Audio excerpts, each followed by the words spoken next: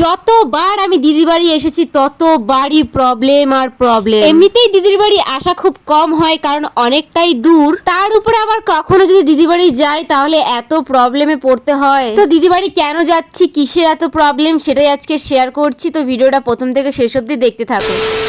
Hello viewers, আমার নাম সোনালি, আমি থাকি পানাগড়ে। তোমরা এতদিনে জেনেই গেছো যারা যারা আমার ডেইলি ব্লগ দেখো। যেহেতু কদিন আগে পুকির অন্নপ্রাশনে দিদি ওরা এসেছিল, তাই ওরা ওদের অনেকগুলো জামা কাপড় তাড়াহুড়ো করে রেখে গেছে, নিতেই ভুলে গেছিল আর প্রত্যেক বছর দিদি ওরা দান বাবার মেলায় আসে, কিন্তু এবছরই আসতে পারলো না কারণ ওরা তীর্থস্থান মানে বৃন্দাবনে যাচ্ছে সবাই, তার জন্যই এবছরের মেলায় ওরা আসতে পারেনি। কিন্তু মা ডিঙ্কার জন্য মেলা থেকে অনেক কিছু কিনে রেখেছিল, তাই দিদি বললো এক কাজ কর, তুই আমাদের বাড়ি চলে আয়। দিদি আমাকে বললো আমি যে জামা কাপড়গুলো রেখে এসেছি ওগুলো নিয়ে আসবি, আর ডিঙ্কার জন্য যা কেনা হয়েছে সেগুলোও নিয়ে আসবি। আর সত্যি কথা বলতে আমার আসার একদমই ইচ্ছে ছিল না, কিন্তু কি আর করা যাবে, দিদি বলেছে বলে কথা, না গেলে হয়। আর এমনিতেও আমি যদি আজকে না আসতাম তাহলে দিদিদের অনেকই প্রবলেম হয়ে যেত, কারণ ওদের অনেক দরকারি জিনিস আমাদের এই বাড়িতে রেখে গেছে, তাই আমাকে তো যেতে হতোই যে করে হোক না কেন। যাই হোক, যতবারই আমি দিদি বাড়ি গেছি ততবারই এই একটাই প্রবলেম, মানে ওই ট্রেনের প্রবলেম। যতবারই আমি দিদি বাড়ি গেছি না কেন ততবারই এই প্রবলেমটাকে আমাকে ফেস করতে হয়েছে। মানে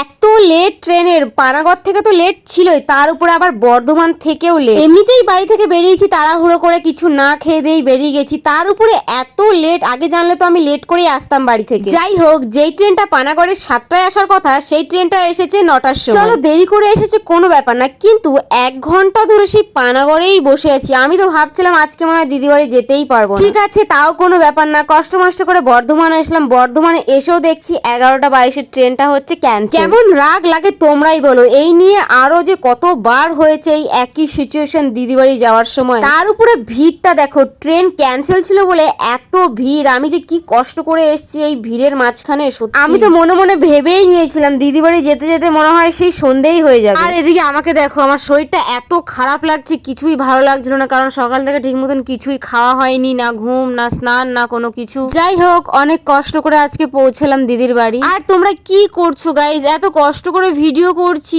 একটু তো সাপোর্ট করতেই পারো।